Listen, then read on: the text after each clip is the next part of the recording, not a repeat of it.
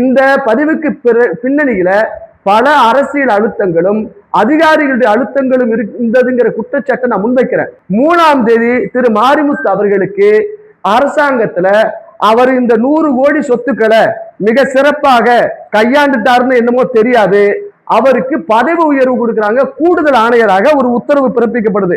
அந்த உத்தரவு தேதி 3/7/2026. இங்க பதிவு நடக்குது, அங்க பதவி உயர்வு கிடைக்குது. பழனி அருள்மிகு தண்டாயுதபாணி சுவாமி திருமடம் சட்டவிரோதமாக சுமார் 110 கோடி ரூபாய் உள்ள சொத்து முறைகேடாக பதிவு செய்யப்பட்ட குறித்தான விவகாரம் தமிழ்நாட்டில் பெரிய பரபரப்பை உருவாக்கி இருக்கிறது.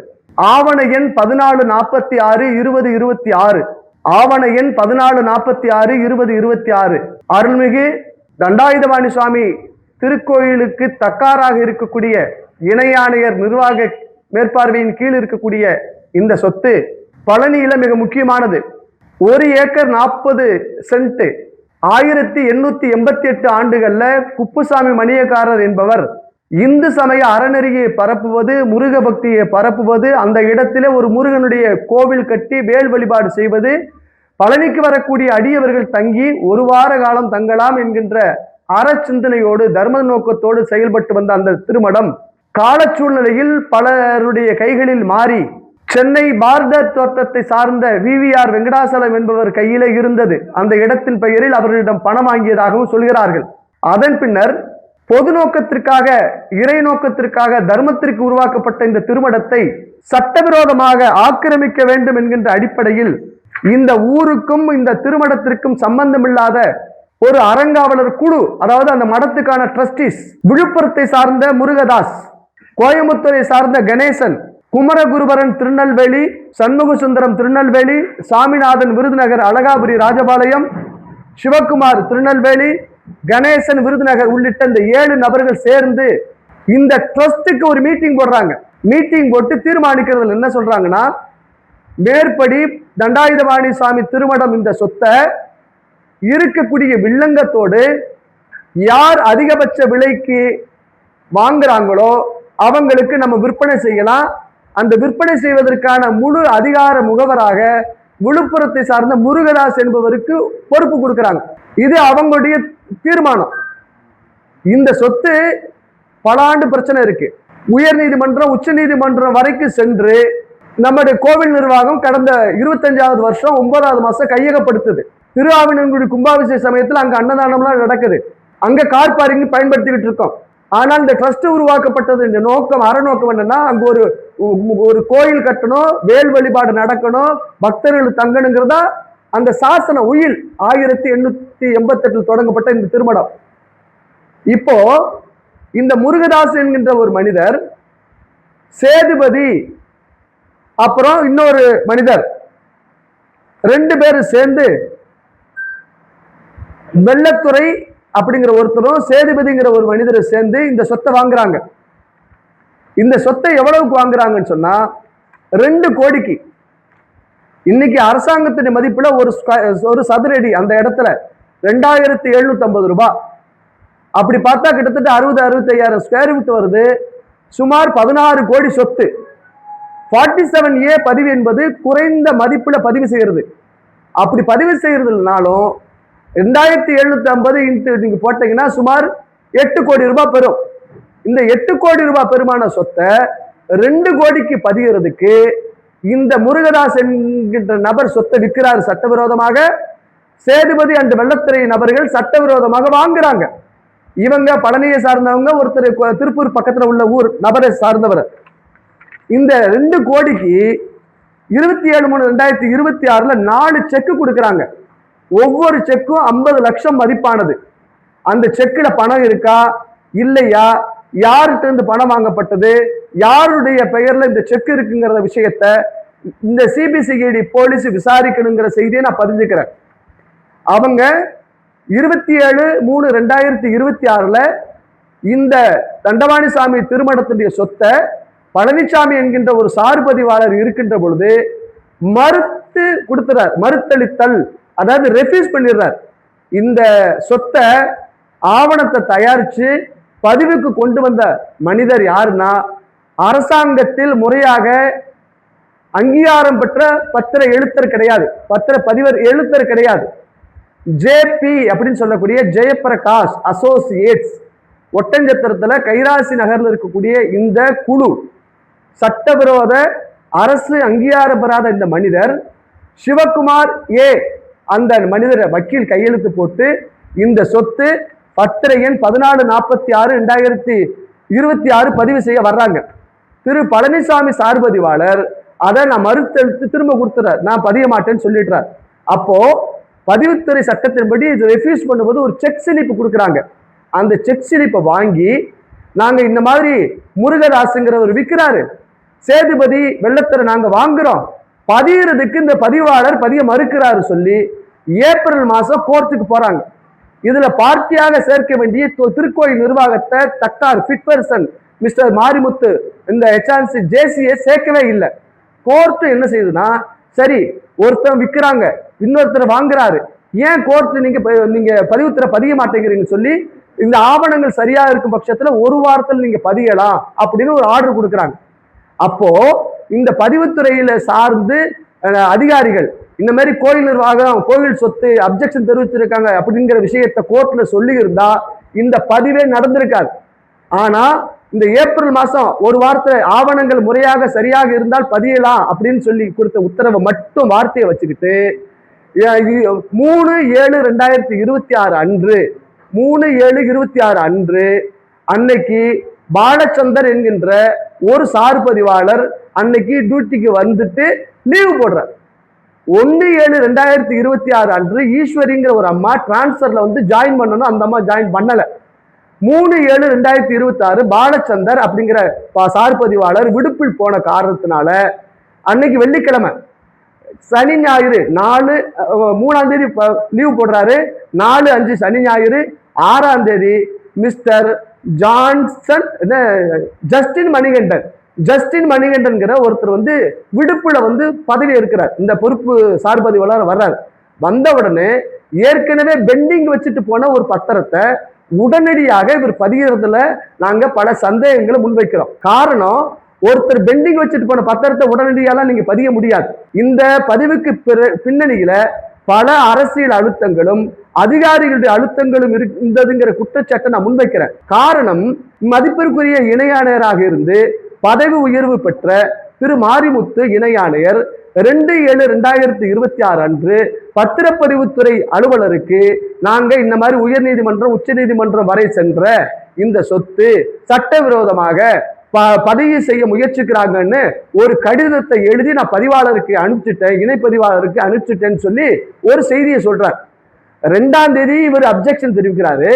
3ஆம் தேதி இந்த அப்ஜெக்ஷன் இருக்கின்ற பொழுதும் பதிவு செய்யப்படுவதற்குரிய அந்த அதிகாரியுடைய கவனத்துக்கு போனதா இல்லையா?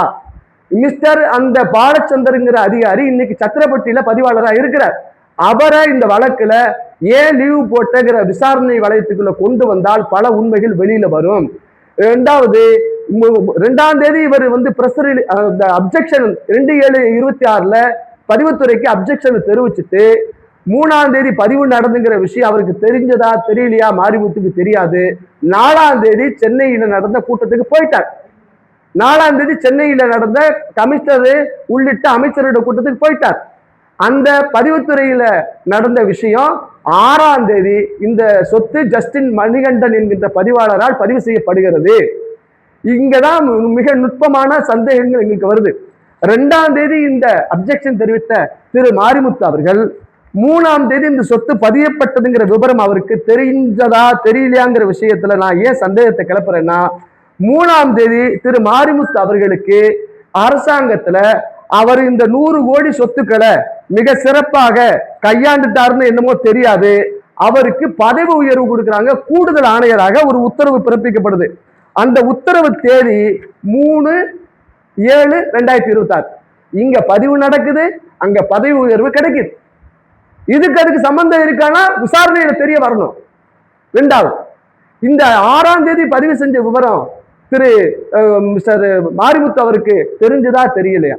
எதற்கெடுத்தாலும் நம்ம பத்திரிகை சகோதரர்கிட்ட பிரஸ் ரிலீஸ் கொடுக்கக்கூடிய மதிப்பிற்குரிய அதிகாரி 2/7/26 இந்த மாதிரி சொத்தை சட்டவிரோதமாக பதிவு செய்ய போறாங்கிற ஒரு செய்தியை தெரிவிச்சிருந்தாருன்னா இந்த பதிவு நடந்திருக்குமா, தடுக்கப்பட்டிருக்குமா? நீங்க சொல்லுங்க.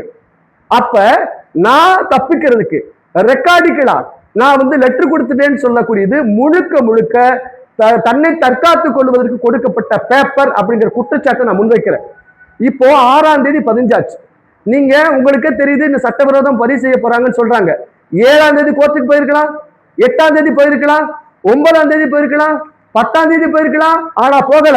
காரணம் 3/7 அவருக்கு பதவிக்கான அந்த உத்தரவு கிடைக்கப்பட்டது. 9ஆம் தேதி முறைப்படியாக அரசு அறிவிப்பாக குமரகுருபரன் IAS அவர் 3 துறைக்கு அதிகாரி, வணிக வரித்துறைக்கு, பதிவுத்துறைக்கு, இந்து சமய அறநிலையத்துறைக்கு.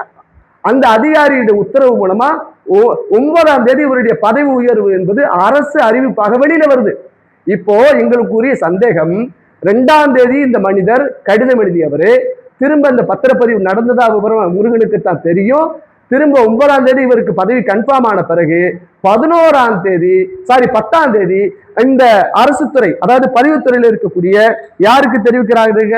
பதிவுத்துறையுடைய தலைவர், அதுக்கப்புறம் துணைத் தலைவர், IG, DIG, டிஸ்ட்ரிக்ட் ரெஜிஸ்ட்ராருக்கு ஒரு கடிதம் எழுதுறார். சோ 3ஆம் தேதி பதிவு நடக்குது, 3ஆம் தேதி பதவி உயர்வு கிடைக்குது, 6ஆம் தேதி பதிவு முடியுது, 9ஆம் தேதி 10ஆம் தேதி விட்டு 10ஆம் தேதி ஒரு பதிவு லெட்டர் எழுதிட்டு நான் லெட்டர் எழுதிட்டேன்னு சொல்லக்கூடியதுல நாங்க சந்தேகத்தை கிளப்புறோம். 2வது, இந்த விஷயம் நம்மளை போன்றவர்களுக்கு தெரிய வர பிரச்சனை இல்லை. 11ஆம் தேதி இந்த சொத்து குறித்து ஒரு செய்தி குறிப்பு வெளியிடுறாங்க. உங்க ஊடக சகோதரர் அனைவருக்குமே தெரியும், நான் சொல்லக்கூடியது சத்தியமான உண்மை. கடந்த இந்த பதிவு நடந்த சமயத்துல பதிவு யாருக்கும் தெரியக்கூடாது என்கின்ற ஒரு உள்நோக்கத்தோடு பழனியில வரலாறு காணாத வருமானம் 100 கோடி, பஞ்சாமிர்த விற்பனை 60 கோடி, ஒவ்வொரு நாளும் ஒரு செய்தி கொடுத்தாங்க. ஒவ்வொரு நாளும் 100 கோடின்னு ஒரு நாள் செய்தி, பஞ்சாமிர்த விற்பனை 60 கோடின்னு ஒரு நாள் செய்தி. அடுத்தடுத்து 4 நாட்கள் பழனியை பற்றிய மட்டுமே செய்தி கசிய விட்டதற்கு காரணம் இந்த சட்டவிரோத பத்திரப்பதிவை அமுக்குவதற்கு, மடைமாற்றுவதற்கு, மக்களுக்கு தெரியக்கூடாதுங்கிற எண்ணத்தோடு இருக்கலாம் என்கின்ற குற்றச்சாட்டை நான் முன்வைக்கிறேன். சாதாரணமாக தெரியும், இந்த பத்திரப்பதிவுல சாதாரண பெரிய சொத்தெல்லாம் அவ்வளவு சீக்கிரம் பதிய முடியாது. ஒரு சார்பதிவாளர் அவங்களுக்கு மேல டிஆர்ட்ட கன்சல்ட் பண்ணுவாங்க, டிஆர் டிஐஜி கன்சல்ட் பண்ணுவாங்க, டிஐஜி அவங்களுக்கு மேல ஐஜி கன்சல்டேஷனுக்கு போகும். நான் இந்த விஷயத்துல குற்றம் சொல்லுகிறேன். இவ்வளவு பெருமான சொத்து, உச்ச நீதிமன்ற உயர் நீதிமன்றம் வரைக்கும் கிடைக்கப்பட்ட கோவில் சொத்து, சட்டவிரோதமாக இருக்கக்கூடிய இந்த விற்பனையாளர்கள், அந்த மடத்துக்கு சொந்தக்காரன் சொல்லக்கூடியவன் எவ்வளவு துணிச்சலாக பதிய முடியும்? இந்த 50 லட்சம் சொல்லி 2 கோடி ரூபாய்க்கு இவங்க பணம் கொடுக்குறாங்கன்னா அதுக்கு பின்னணியில் இருக்கவங்க யாரு? முறையான அங்கீகாரம் இல்லாத, அந்த பத்திர எழுத்தர் இல்லாத அந்த ஜேபி அசோசியேட்ஸ் சொல்லக்கூடிய அந்த நபர்கள் இல்ல, இந்த சிவகுமார்ங்கிற வழக்கறிஞர் கையெழுத்து போட்டதுல அவங்க விசாரணை வளையத்துக்கு உட்படுத்தப்படணும். இந்த பாலச்சந்தர்ங்கிற அந்த அதிகாரி விசாரணை வளையத்துக்கு உட்படுத்தப்படணும். நான் சொல்லக்கூடிய குற்றச்சாட்டு முருகன் சாட்சிய சத்தியமா சொல்றேன். இங்க பதிவுத்துறையுடைய செயலராக இருக்கக்கூடியவரும் HRD செயலராக இருக்கக்கூடிய குமரகுருபரன் அவர்கள் கவனத்துக்கு இது போச்சா போகலையா? 4ஆம் தேதி சென்னை கூட்டத்துக்கு போன மிஸ்டர் மாரிமுத்து அவங்களுடைய கவனத்துக்கு கொண்டு போனாரா போகலையா? ஏன் இதை நான் கேட்கிறேன்னா, 1888 சம்பந்தப்பட்ட இந்த சொத்தை மடம் பிடிக்கக்கூடிய மாஃபியா போல இருக்கக்கூடிய இந்த கோவில் நிர்வாகம் அறநோக்கத்திற்கு விரோதமாக அங்க கார் பார்க்கிங் நடத்துது. அது மட்டுமல்லாது இந்த கோவில்ல நம்ம பழனி திருக்கோயில் மலையில தண்ணீர் பந்தல் நடக்கணும் அப்படின்னு ஒரு தர்மம், தண்ணீர் பந்தல் நடக்கணும்னு சொல்லி 1898, அதாவது இது 888, இது 1898. நான் ஆவணத்தோட பேசுறேன். இங்க மலைக்கு வரக்கூடிய பக்தர்கள் தண்ணீர் தாகமெல்லாம் தீர்க்கணும்னு சொல்லி கீழே இருந்து தண்ணி சுமக்கிறதுக்காக நாட்டுக்கோட்டு நகரத்து மக்கள், அதாவது தேவகோட்டை மாயாண்டி செட்டியார் அவர்கள் குமாரர் வெள்ளையப்பன் செட்டியார் எழுதி கொடுத்த அந்த விஷயங்கள் எல்லாம் நடக்கணும், தண்ணி கொடுக்கணும்னு சொல்லி 1898 கொடுத்த அந்த சாஸ்வத பத்திரம் இது. ஆனா கும்பாபிஷ சமயத்தில் லட்சுமிங்கிற அதிகாரி இருந்த பொழுது இதே மாரிமுத்து கோர்ட்ல ஆர்டர் வாங்கி அதை நீங்க பொசஷன் எடுக்கலாம்னு சொல்லி தான் உத்தரவு கொடுத்த நிலையில இவர் நேர போய் இடிச்சார். அப்ப மடம் பிடிக்க மாஃபியா தான் இந்த HRC. அவங்களுக்கு தேவையான சட்ட அனுமதி கொடுக்கிறதுக்கு 1 மாச கால அவகாசம் இருக்கு. அங்க மேல தண்ணீர் பந்தல் தர்மத்தை உடைச்சார். இவ்வளவு முற்படக்கூடிய இந்த மனிதர் ஏன் இந்த கோவில் திருக்கோயிலுக்கு சொந்தமான நீங்க ஃபிட் பர்சனா இருக்கக்கூடிய இந்த மடத்துடைய சொத்துக்களை காப்பாத்துறதுக்கு லெட்டர் மட்டும் போட்டுட்டு கிளரிக்கல் ஒர்க் மட்டும் பண்ணிட்டு நீங்க பண்ணி அமைதியா இருந்ததுல பின்னணியை நாங்க சந்தேகிக்கிறோம். நான் மாண்புமிகு அமைச்சர் திரு ரமேஷ் அவர்கள், என் அன்பிற்கினிய சகோதரர், அவர் மீது இந்த அரசாங்கம் நல்லாட்சி தருகிறோம் சொல்ல சூழல்ல இவ்வளவு பெரிய சட்டவிரோத இந்த பதிவு நடந்த சமயத்துல அமைச்சர் திரு ரமேஷ் அவருடைய உறவினர்கள் தான் இந்த சொத்தை வாங்கினார்கள் என்கின்ற ஒரு கருத்து திரிபை வெளியில கசிய விட்டதுக்கு, பிரச்சாரம் செய்ததுக்கு, அவதூறு பரப்பதற்கு பின்னணியில திமுகவுடைய ஐடி விங் செயல்படுது. திரு விஜய் அவர்கள் நல்லாட்சி தருகிறேன், ஊழலற்ற ஆட்சி தருகிறேங்கிற விஷயத்துல நான் உடன்படுகிறேன். ஆனால் திரு அமைச்சர் திரு ரமேஷ் அவர்களும் பத்திரப்பதிவுத்துறை அமைச்சர் திரு லோகேஷ் தமிழ்ச்செல்வன் அவர்களும் 2 தினங்களுக்கு முன்பு தலைமைச் செயலகத்தில் செய்தியாளர்கள் சந்தித்தார்கள். தவறு நடந்ததை ஒத்துக்கொள்கிறோம், அமைச்சர் லோகேஷ் ஐயாவுடைய வார்த்தை. இவர் திரு ரமேஷ் அவர்கள் சொன்ன வார்த்தை, அவர் நாங்க இந்த சொத்தை காப்பாற்றுறதுக்கு நாங்க இவ்வளவு லெட்டர் போட்டிருக்கிறோம் சொல்லி அமைச்சர் சொன்னார். நான் திரு அமைச்சர் திரு ரமேஷ் அவர்களுக்கு அன்பான வேண்டுகோள் முன்வைக்கிறேன். அதிகாரிகள் திரு ஜே.சி. மாரிமுத்து, திரு குமரகுருபரன் IAS அவர்கள் எழுதி கொடுத்த விஷயத்தை நீங்கள் தீர ஆய்வு செய்திருக்க வேண்டும். இந்த தூய ஆட்சி நடக்க வேண்டும் என்கின்ற எண்ணத்தில் இருக்கக்கூடிய இந்த அரசாங்கத்திற்கு கெட்ட பெயர் உருவாக்க வேண்டும் என்று சொல்லி உங்கள் உடனே இருந்து கொண்டு உங்களுக்கு விரோதமாக, இந்த அரசுக்கு விரோதமாக கெட்ட உள்நோக்கத்தோடு செயல்படக்கூடிய திரு குமரகுருபரன் IAS, திரு மாரிமுத்து அவர்களுடைய தவறான வழிகாட்டுதலால் நீங்கள் பேசி இருக்கிறீர்கள் என்கின்ற குற்றச்சாட்டை நான் உங்களுக்கு முன்வைக்கிறேன். என்னுடைய வார்த்தை சத்தியமான வார்த்தை. திரு அமைச்சர் ரமேஷ் அவர்களே, நீங்கள் சட்டமன்றத்தில் பேசுகின்ற பொழுது சட்டவிரோதமாக இந்த கோவிலுடைய வருமானத்தை எடுத்து வணிக வளாகம், கல்யாண மண்டபங்கள் கட்டக்கூடாது என்கின்ற விஷயத்தில் 246 கோடி ரூபாய்க்கான அந்த உத்தரவை நீங்கள் அந்த ஆணையை திரும்ப பெற்ற பொழுது முன்னாள் அமைச்சராக இருந்த சேகர்பாபு அவர்களை நீங்கள் சொல்லிய உடனேயே சேகர்பாபு சொன்ன வார்த்தை, இந்த உத்தரவுகளை போட்டதும் இந்த உத்தரவை திரும்ப பெறுவதற்கான உத்தரவு ஆணை பிறப்பிப்பதும் ஒரே நபர் என்ற வார்த்தையை சொன்னார். அது இந்த நபர் யாருன்னா திரு குமரகுருபரன் IAS தான். அதனால திரு குமரகுருபரன் IAS இந்த துறைக்கு செயலராக இருக்கின்ற வரை இந்த அரசுக்கு கெட்ட பெயரே உருவாகும். சொப்னா IAS ஒருத்தங்களை செக்ரட்டரியா போட்டாங்க. உடனே வீரமணி சொன்னார், இந்த இந்து சமய அறநிலையத்துறைக்கு ஒரு பிராமணரை கொண்டு இந்த துறையை கையகப்படுத்துறீங்க. ஏன் இதே குற்றச்சாட்டை திரு அமைச்சர் ரமேஷ் மேலேயும் வீரமணி சொன்னார். சொப்னா IAS என்கின்றவங்க நேர்மையானவங்க, இந்த துறையில் நடந்த ஊழல்களை வெளிக்கொண்டு வந்துருவாங்கிற அச்சத்தின் வெளிப்பாடாக ஒரு சில இந்து சமய அறநிலையத்துறை அதிகாரிகளுடைய தூண்டுதலால அந்த அம்மா பதவிக்கு 3-4 நாட்கள்ல மாற்றப்பட்டாங்க. இப்ப திரு குமரகுருபரன் IAS தான் இந்த 3 துறைக்குமே நான் செயலர்னு சொல்லிட்டேன். நான் சொல்லக்கூடியது சத்தியமான வார்த்தை. இந்த பாருங்க, திரு மாரிமுத்துக்கு என்னைக்கு பதவி உயர்வு கிடைக்குது? 3/7. அவர் பதவி உறுதிப்பாடு 9/7. அப்ப அவருடைய பதவியை கன்ஃபார்ம் பண்ணிட்டு தான் இந்த லெட்டர் எல்லாம் கொடுக்கிறார் மாரிமுத்து. அதனால திரு அமைச்சர் ரமேஷ் அவர்கள் இந்த விஷயத்துல அதிகாரிகள் சொன்னாலும் நீங்கள் தீர ஆராய வேண்டும் என்கின்ற உறுதிப்பாட்டை நான் உங்கள்கிட்ட வேண்டுகோளா நான் முன்வைக்கிறேன். இங்க நீங்க வந்தீங்க, மக்களுக்கு தரிசனத்துக்கெல்லாம் நின்னீங்க, அதெல்லாம் நான் வரவேற்கிறேன். ஆனால் மேலும் இந்த திருக்கோயில்ல பல நல்லது செய்ய வேண்டியிருக்கு. இந்த கிரிவீதியை முழுக்க அடைச்சிருக்கிறாங்க. கோர்ட்டு கொடுத்தது, நீதிமன்றம் உத்தரவு என்னன்னா ஆக்கிரமிப்புகளை அகற்ற வேண்டும், வணிக நோக்கத்தோடு எதுவும் செயல்படக்கூடாது, அப்படித்தான் இருக்கணும். ஆனால் இந்த மக்களுடைய வழித்தடங்களை நீங்க அடைக்கிறதுக்கு உங்களுக்கு இடம் இல்லை. இது 1963 நம்முடைய தீர்மானமும் இருக்கு. அது தவிர்த்து கோர்ட்ல இதை அடைக்கணும்னு சொல்லவே இல்லை. அதனால இந்த அடைக்கப்பட்ட வழித்தடங்களை திறக்க வேண்டும். கிரிவல பாதை இந்த மலை முழுக்க ஏதோ முள்வேலி முகாம் மாதிரி இருக்கு, அப்படி இருக்கக்கூடாது. மக்களுக்கும் கோவிலுக்குமான உறவுகளை நீங்க அந்நியப்படுத்தாதீங்க. சரி, வணிகம் கூடாதுன்னு சொன்னீங்க, நீங்க ஹோட்டல் நடத்துறீங்க, பஞ்சாமிர்த கடை நடத்துறீங்க, இதே தனிநபர்கள் செய்து அது வணிகம் தானே. அதனால மக்களுடைய விஷயத்தில் நீங்கள் தயவோடு இந்த விஷயத்தை நீங்க கன்சிடர் பண்ணணுங்கிற வேண்டுகோளை நான் முன் வச்சுக்கிறேன்.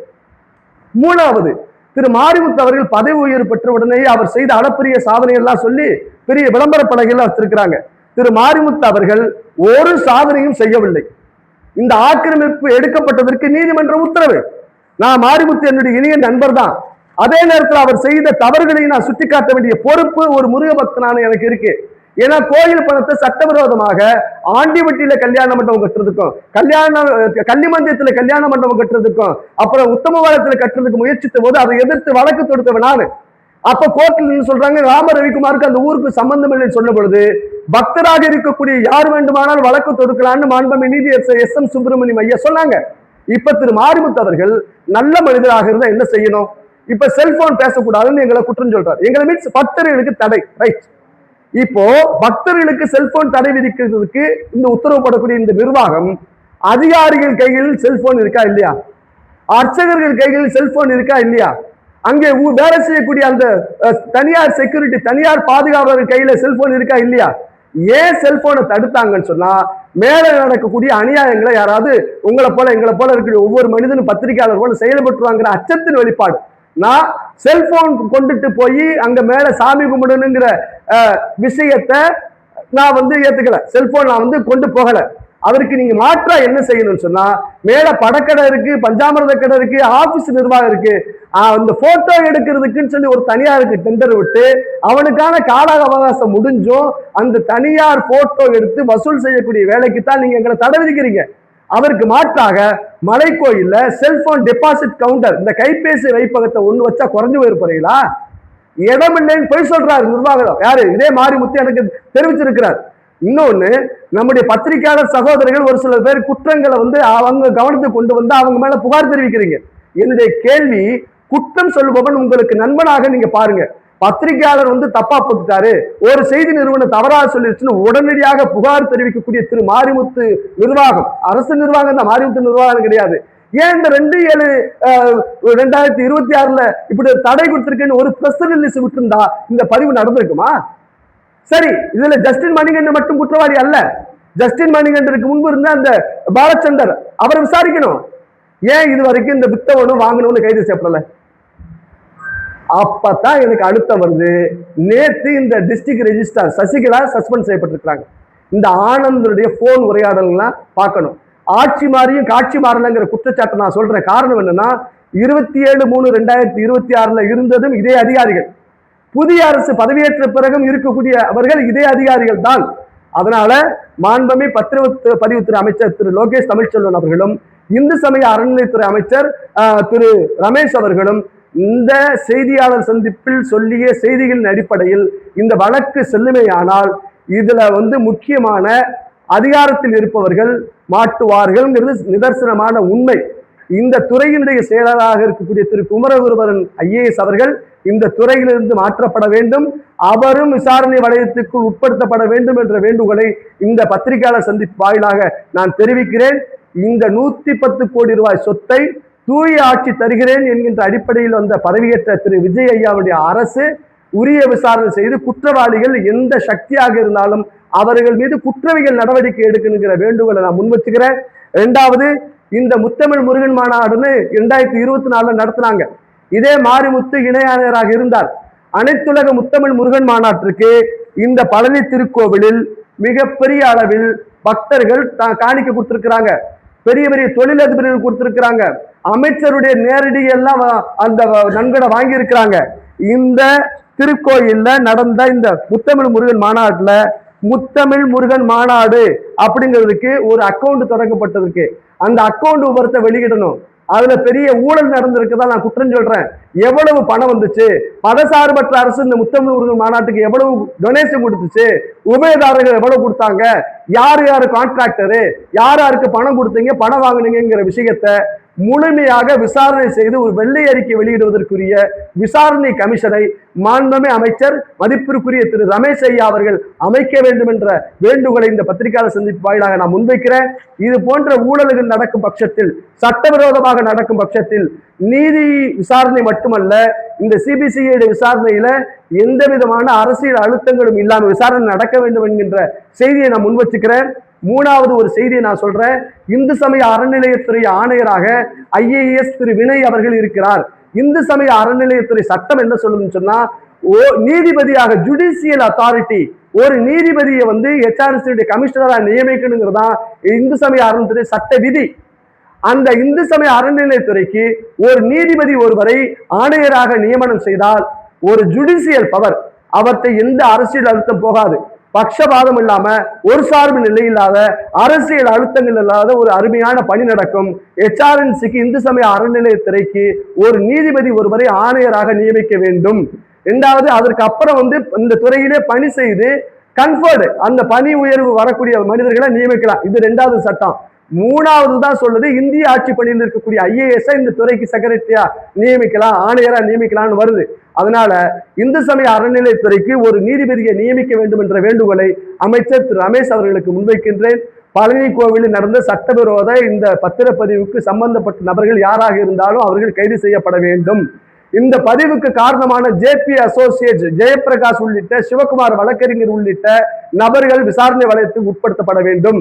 இந்த சொத்தை விற்ற நபர் வாங்கிய நபர்கள் சிறைப்படுத்தப்பட வேண்டும். பத்திரத்தினன்று லீவு போட்டுட்டு போன பாலச்சந்தர் விசாரணை வளையத்துக்கு உட்படுத்தப்பட வேண்டும். பத்திரப்பதிவுக்காக வந்த ஜஸ்டின் மணிகண்டன் உள்ளிட்ட மட்டும் குற்றவாளி அல்ல, அவருக்கு உடந்தையாக இருந்த Sasikala, district registrar, DIG Anand, துறையுடைய தலைவர்கள் அனைவருமே கூட்டு குற்றவாளிகளாக இந்த வழக்கில் சேர்க்கப்பட வேண்டும் என்ற செய்தியை இந்த தருணத்தில் முன்வைக்கின்றேன். இது சம்பந்தமான அனைத்து விஷயம் அரசு கனிவோடு கேட்க வேண்டும் என்ற வேண்டுகோளை மாண்புமிகு அமைச்சர் அவர்களுக்கும் பத்திரப்பதிவுத்துறை அமைச்சர் அவர்களுக்கும் தெரிவித்துக் கொள்கிறேன். நன்றி, வணக்கம். அவங்க BVR வெங்கடாசலம்னு போர்டெல்லாம் வச்சிருப்பாங்க, நீங்கள் நானும் பார்த்திருக்கேன். சென்னையில நம்ம காங்கிரஸ் ஆபீஸ் பக்கத்துல பார்டர் தோட்டம் இருக்கு. அவர் குறிப்பிட்ட ஒரு சமூகத்தை சார்ந்தவங்க, அது ஒரு இஷ்யூ அல்ல. அவங்ககிட்ட இந்த ட்ரஸ்டின்னு சொல்லக்கூடிய இந்த தண்டபாணி சுவாமி மடத்தை சார்ந்தவங்க சொல்லக்கூடிய அவங்க பணம் வாங்கி இருக்கிறாங்க. அவர் ஒரு குறிப்பிட்ட எப்ப கொடுக்க முடியாதான்னு சொன்ன பிறகு அவங்களுக்குள்ள ஒரு வழக்கு விஷயங்கள்லாம் வருது. இந்த விஷயம் வந்த பிறகுதான் இந்த HRC தலையிடுது.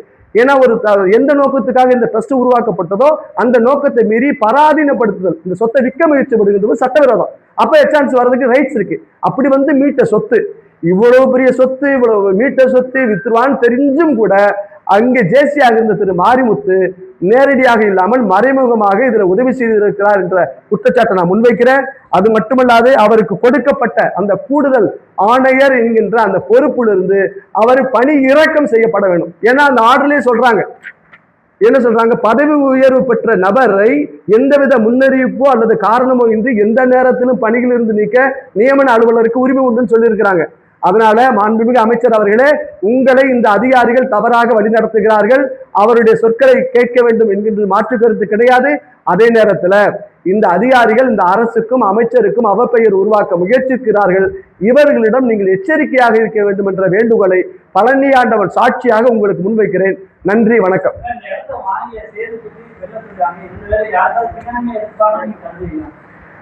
அது CBCID விசாரணைல தெரிய வரும். ஏன்னா இந்த ரெண்டு நபரும் சாதாரண விவசாயிகள். இந்த விவசாயிகளுக்கு இவ்வளவு பெரிய பணம் வந்திருக்குமா தெரியாது. இவங்களுடைய பின்புலத்தை ஆராயணும். ஒண்ணு ஏதாவது அரசியல்வாதிக்கு பினாமியா இருக்கலாம், இல்லாத அரசு அதிகாரிகளுக்கு பினாமியா இருக்கலாம், இல்ல ஏற்கனவே இருக்கக்கூடிய அந்த VVR வெங்கடாசலம் அவங்களுக்கு பினாமியா இருக்கலாம். பினாமி யாரா இருந்தா என்ன சாமி, சட்டவிரோதமா வாங்கினவன், சட்டவிரோதமா வித்தவன், அவனுக்கு பின்னணி கூப்பிட்டு சார் நேற்று ஜஸ்டின் மணிகண்டன் மேல FIR போடுறீங்க, கைது செய்ய உட்படுறீங்க, வித்தவனு வாங்கின ஏன் விட்டீங்க? ஏன் அறநிலையத்துறை அதிகாரிகளை விசாரணைக்கு உட்படுத்தல? இதுல JC மிஸ்டர் மாரிமுத்து மேல எந்த காழ்ப்புணர்வும் எனக்கு கிடையாது. எதற்கு எடுத்தாலும் அறிக்கை கொடுக்கக்கூடிய இந்த கோயில் நிர்வாகம் ஏன் கொடுக்கல? 5 நாளா நீங்க பழனி கோயிலை பத்தி பெருமையா பேச வச்சது இந்த பின்னணி என்ன? 3ஆம் தேதி பதியுது, 3ஆம் தேதி பதவி உயர்வு, 6ஆம் தேதி பதியுது, உங்களுக்கு 9ஆம் தேதி கன்ஃபார்ம் ஆகுது. இதெல்லாம் என் சந்தேகத்தை கிளப்புறேன். இது நியாயம் இருக்கு? நான் சொல்லி இந்த விஷயத்தின் வழியாகத்தான் இந்த வழக்கு பயணிக்கும். அந்த பயணித்த பிறகு அது குற்றவாளி யாராக இருந்தாலும் மாண்புமை முதலமைச்சர் திரு விஜய் அவர்கள் எந்த விதமான தயவுதாட்சியம் இல்லாம அவங்களை தண்டிக்கணுங்கிற வேண்டுகோள் நான் முன் வச்சுக்கிறேன். ஐயா, அதாவது ஆட்சி மாறியும் காட்சி மாறல, ஆட்சி மாறியும் காட்சி மாறல. இதே DIG ஆனந்த், இதே DR சசிகலா, அப்புறம் கீழே பதிவாளர் இருந்திருக்காங்க. திமுகவுக்கு நான் சொல்றேன்னா கள்ள உறவு இருக்கும். இந்த அதிகாரியுடைய போன் உரையாடல்கள்லாம் நீங்க சாட்டு போடணும். யார் யார்கிட்ட பேசுனாங்க, நான் குறிப்பிட்ட தினங்கள்லாம் சொல்றேன்ல, அவங்களுடைய கால் டீடைல் CDR போட்டாச்சுன்னா மாட்டிப்பாங்க. சார் பிரச்சனை யாருன்னு தெரியும். நான் ஒரு உத்தரவு சொல்லாம நீங்க சாதாரண ஒரு 1 கோடி ரூபாய்க்கு பாண்டி போய் வீடு வாங்கன்னு வச்சுக்கோங்க, பதிஞ்சுறீங்களா? நீங்க மேல இருந்து மெசேஜ் வரணும். காந்தி சிரிச்சாச்சா கம்ப்யூட்டர் வேலை செய்யும். உண்மையா இல்லையா? இது பட்டவர்த்தனமான உண்மை. கடந்த ஆட்சியில் எப்படி இருந்துச்சு, இப்ப எப்படி இருக்கு தெரியல. கடந்த ஆட்சியில பெரிய சொத்துக்கள் பதியணும்னா மந்திரிட்டு இருந்து மெசேஜ் வரணும். அப்படிதான் நடந்திருக்கு. இதுல அந்த பழனிசாமிங்கிற சாறு பதிவாளருக்கு நான் நன்றி சொல்லிக்கிறேன். ஏன்னா அந்த மனுஷன் அன்னைக்கு பார்த்து பதிஞ்சிருந்தா அவ்வளவு பிரச்சனை தெரியாது, மூடி மறைச்சிருப்பாங்க. அவர் ரெஃப்யூஸ் பண்ணதுனாலதான் இது காலதாமதம் ஆனாலும் கூட இந்த செய்தி வெளியாயிருக்கு. அதனால அந்த பழனிசாமி சார்பு